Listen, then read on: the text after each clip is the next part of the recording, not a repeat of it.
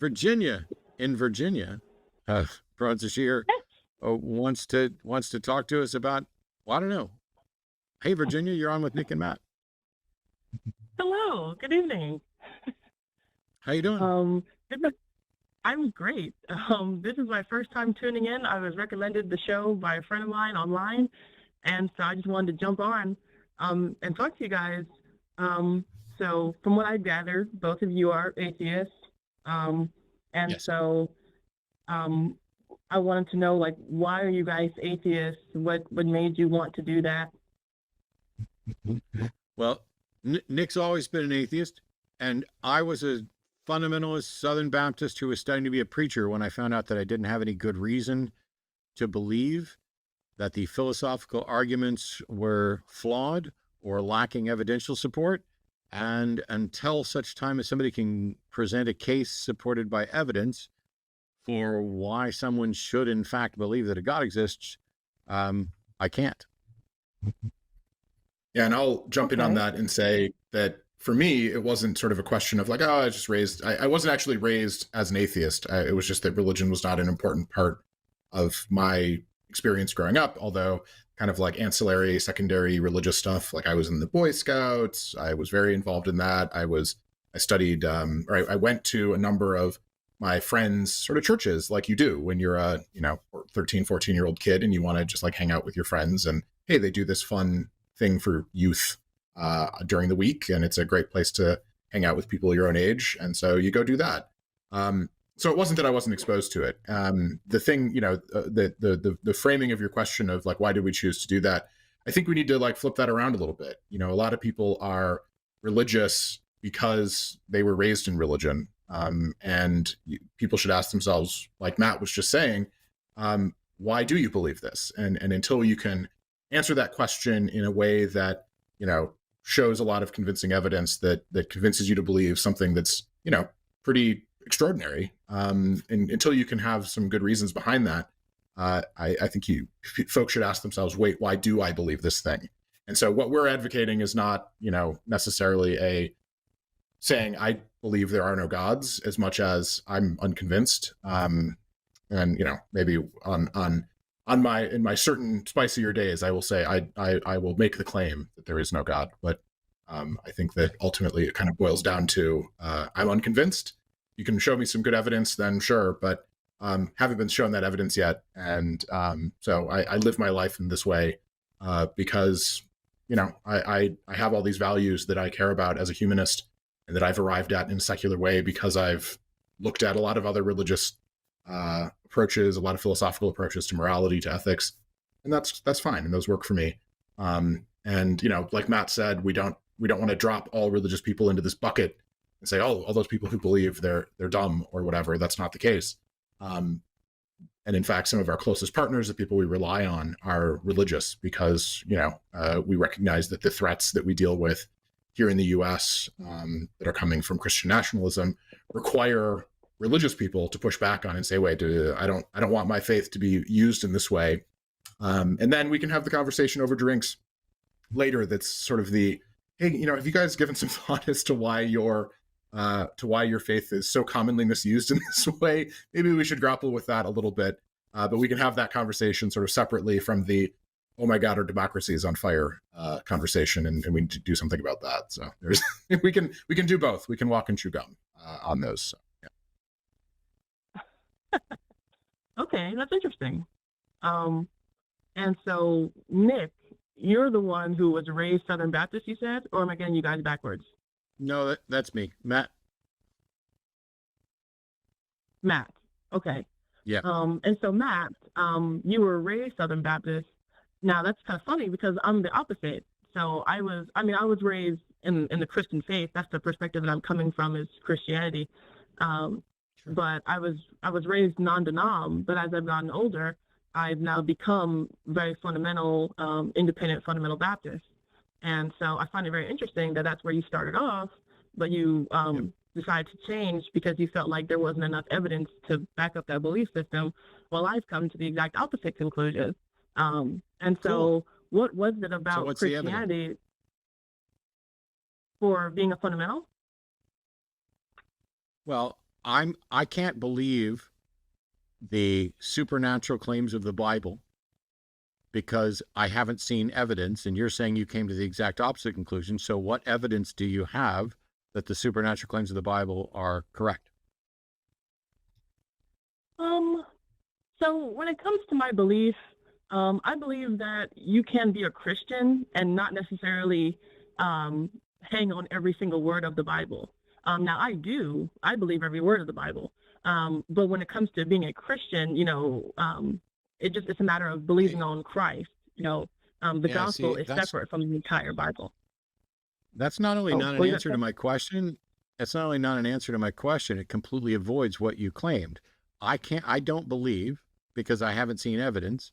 And you said you've gone the exact opposite way. So all I asked is, what's the evidence? And then you started saying how you think you can be a Christian without hanging on every word. I'm aware that there's many different ways for people to think they're a Christian. I don't get to decide who's a Christian. I don't think anybody else gets to decide it. There's over 1,000 denominations and they disagree on every single point of doctrine. You said you had evidence, and I just want to know what the evidence is. Okay. So to be more direct, I believe that the best evidence for Christianity being legitimate is the history that we have of the Bible, and the history that we have of the flood. And the evidence for those two things are the most strong proofs for Christianity. Okay. So, first of all, there isn't good scientific evidence of a global flood. That simply didn't happen, and there's been no demonstration that it's possible or that it did happen. But let's just assume for a second that there absolutely, like we could absolutely confirm there was a global flood. How does that confirm Christianity at all? Well, because Christianity, the Bible teaches that, and not only does it teach that in Genesis, but in the New Testament, it says that in the latter days that men would be scoffers and they would be willingly ignorant of one of the main things being the flood, and that is backed up by what is happening currently. And so not only Yeah, does if, the if I Bible say give the that story. if I say that people are going to make fun of me for believing nonsense, and they make fun of me for believing nonsense, that doesn't prove what I believe was true. Well, if you predicted it several thousand years in advance, and there were That's other not a things that could be prediction. made No, fun no, of. no. And that's not a prediction. That's not even a remarkable prediction, especially since the Bible was written while people were already scoffing at this.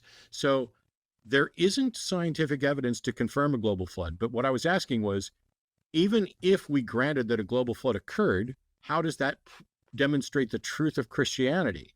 Because I don't see how a global flood can in any way demonstrate the truth that God came down, impregnated a virgin in order to give himself human form so that he could sacrifice himself to serve as a loophole for rules that he's in charge of. Where's the evidence that any of that actually happened?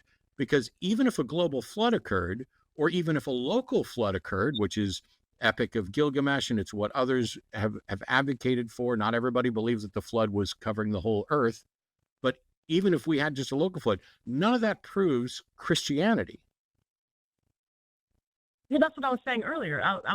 You were kind of accusing me of beating around the bush, but I was trying to say that you can be a Christian and not necessarily believe everything. And so you can be a Christian and Wow. believe what So it you're says about back to Jesus. not presenting the evidence. See, I can't believe Well, I'm unless not there's finished. evidence. And no. I can't believe unless there's evidence, and you can't present evidence. Well, I said another thing that I believe in is that the history of the Bible. And so the Bible, the clear history that I'm we well have aware of the of the history of the preserved Bible. words. We have. Are you? Do you know who wrote? Oh yeah. Do you know who wrote Matthew, Mark, Luke, or John?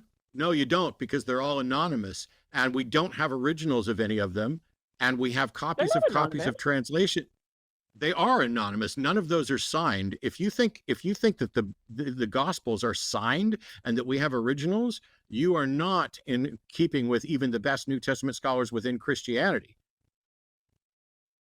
No, of course we don't have the originals, but we don't need the originals because we have copies, and God preserved the copies like He said He would. You don't get to say that God preserved the copy. You have to prove that God preserved the copy. And without the original, which you don't have, what you have is a copy of a translation of a copy, and nothing about that shows that it's true.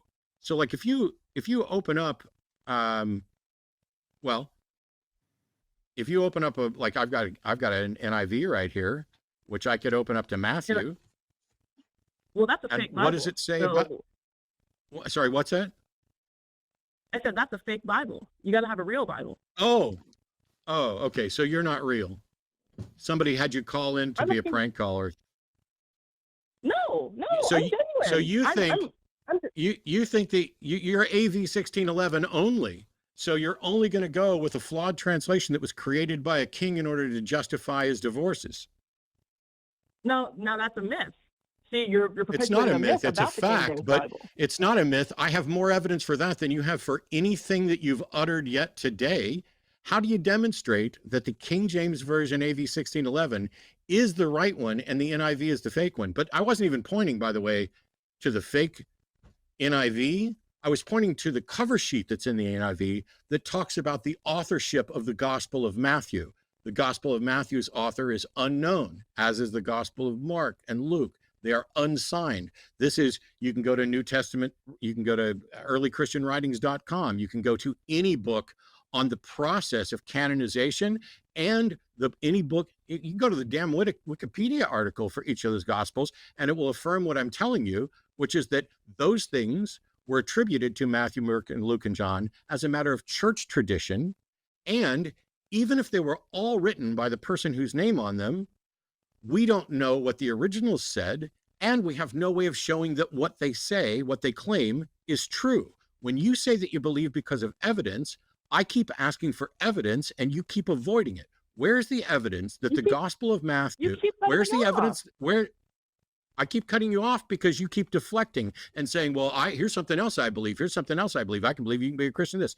Where's the evidence that what the Gospel of Matthew claims in your AV 1611 Bible is true? Where's the evidence for that? Okay.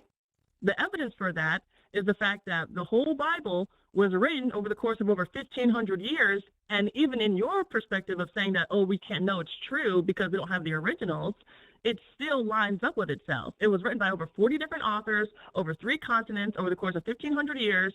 And what we have today still matches up with each other. The Old Testament matches up with the New Testament. It all lines up perfectly. There are no contradictions in it. And so that backs up what God said in Isaiah, where he says that I will preserve every word. First of all, I asked what the evidence was that the Gospel of Matthew, in your particular one, is true in what it claims. The fact that books are consistent with each other in broad strokes doesn't mean that any specific claim. Where's the proof that zombies rose up and marched on Jerusalem, as the Gospel of Matthew says? Where's the proof that that happened?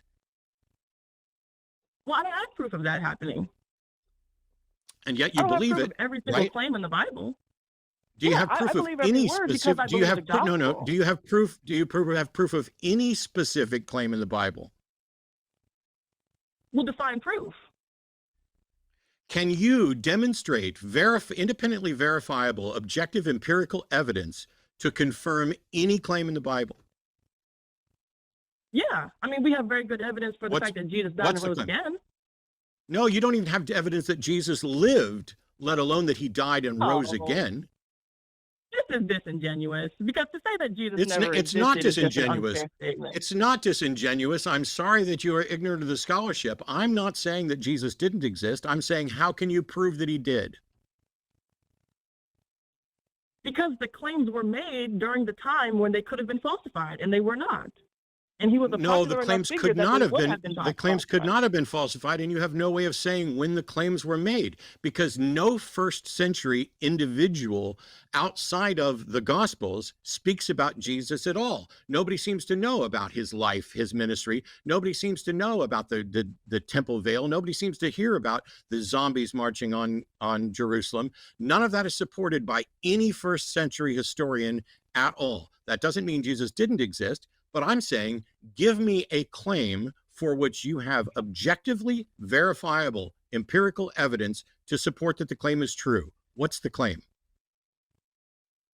The objective verifiable proof is the fact that it says it and it could have been falsified if it were true. No, I'm sorry. The Bible is the claim. It is not the evidence. It is the evidence, because to say that no, it's not. It's not. It is not the evidence. You simply don't understand what the fuck evidence is if you think the claim No. is the evidence. The Bible is the claim. The Bible is where it says this happens. And if you have evidence that it happened, you present the evidence. You don't present yet another claim. What is the evidence that your claim is correct? If you would let me finish, then I could explain. Do you want me to explain? I have given you, stop talking. I have given you multiple opportunities, and all you do is whine about how I'm cutting you off. Present a claim. Present a claim. Present a claim.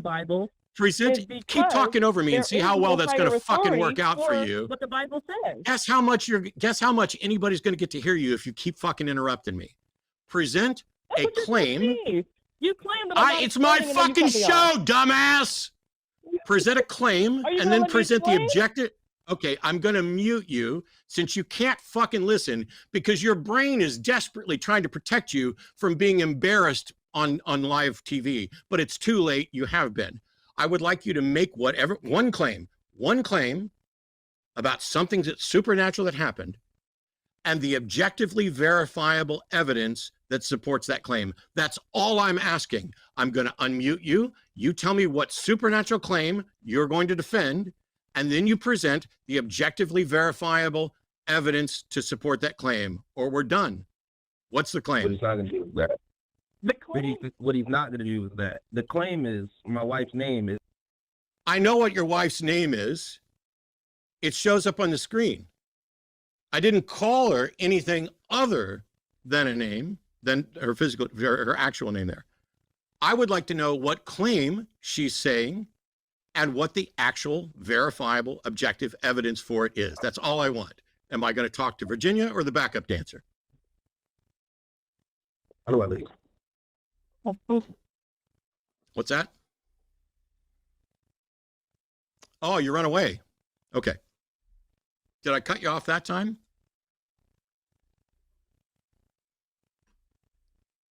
I'm sorry that you don't know what evidence is, but the book is not the claim. The book is not the evidence. The book is the claim. When the book says something like Jesus fed thousands of people with 5 loaves and 3 fishes or 7 loaves, by the way, contradictions. They do exist. They don't exist at the rate that you seem to think that they don't exist. But I'm sorry that you are both monumentally ignorant of the facts around this, but I've been dealing with this for decades now.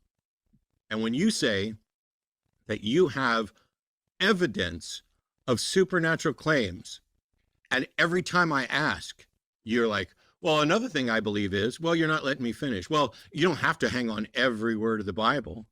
Why not? Why don't you have to hang on? Oh, you say you do hang on every word of the Bible, but you don't have to. I didn't ask if you had to. But you do.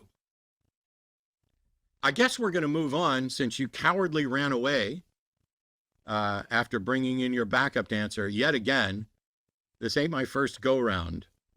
But you want to know why I'm an atheist? I'm an atheist because of people like you. People like you who are monumentally cocksure about things and you think you have evidence when you don't. People like you who think that the NIV is a fake Bible, but your King James AV 1611 version is the real Bible, despite the fact that it's written in English, so it can't be the real Bible. It must, by definition, be a copy of a translation of a copy of a copy of a translation of a copy of a copy of an oral tradition that was passed down. I'll bet you $1,000 neither you nor your backup dancer can read through it in the original Greek or Aramaic or Hebrew that I tend to study it in, and I'm not even an expert. I'm a newbie at that stuff.